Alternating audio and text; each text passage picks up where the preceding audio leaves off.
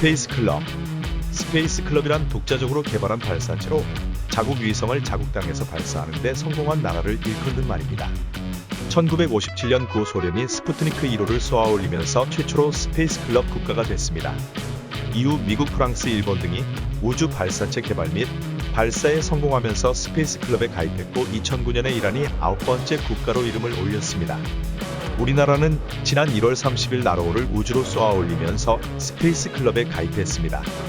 북한은 2012년 은하 3호 발사에 성공하면서 스페이스 클럽에 가입했다고 주장했지만 발사 성공 여부에 대한 논란이 제기되고 있습니다. 북한을 포함할 경우 우리나라는 11번째 스페이스 클럽 국가가 됩니다. 아바타 쥐. 맞춤형 암치료법에 사용되는 실험용 쥐를 지칭하는 말입니다. 아바타 쥐에게 암 환자와 똑같은 암을 발생시킨 뒤 환자에게 적용할 항암 치료를 쥐에게 먼저 적용시켜 가장 적절한 치료법을 찾습니다. 아바타 쥐를 이용한 치료가 상용화되면 암 환자들은 개개인별로 맞춤형 치료를 받을 수 있습니다. 자신의 아바타 쥐가 먼저 치료를 받음에 따라 개인별 치료가 가능해지기 때문입니다.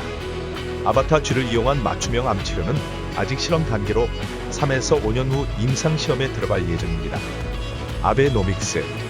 아베 신조 일본 총리의 새로운 경제 정책을 일컫는 신조어입니다. 아베노믹스의 핵심은 무제한적인 금융 완화를 통한 엔저와 공공투자 확대를 통해 일본 경기를 부양시키겠다는 것입니다. 이를 위해 아베 신조 총리는 무제한적 양적 완화, 물가 상승률 2% 달성, 일본은행의 국채 무제한적 매입 등의 공약을 불도저처럼 밀어붙이고 있습니다. 이런 정책은 일본의 디플레이션 현상과 엔고 현상 탈피를 통한 내수 수출 쌍방향의 정상화를 위해서입니다. 이 덕분에 달러당 70엔대까지 떨어졌던 엔화 환율은 현재 달러당 90엔대까지 올라갔습니다. 환율이 올라갔다는 것은 엔화 가치가 떨어졌다는 것을 의미합니다. 엔화 가치가 떨어지면 일본 기업들의 수출 경쟁력이 향상됩니다. 아베노믹스의 가장 큰 타격을 받는 곳은 우리나라 기업입니다.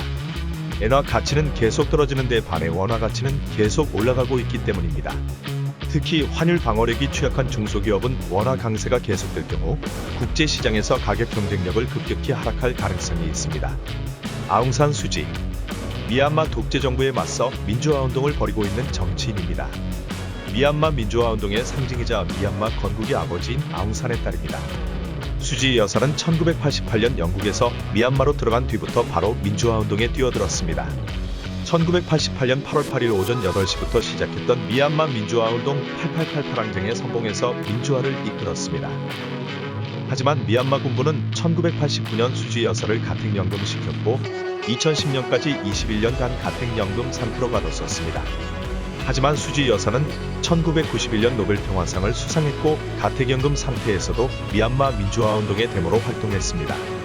수지 여사는 지난해 열린 보궐선거에서 국회의원으로 당선돼 미얀마로 돌아온 이래 처음으로 국회에 입성했습니다.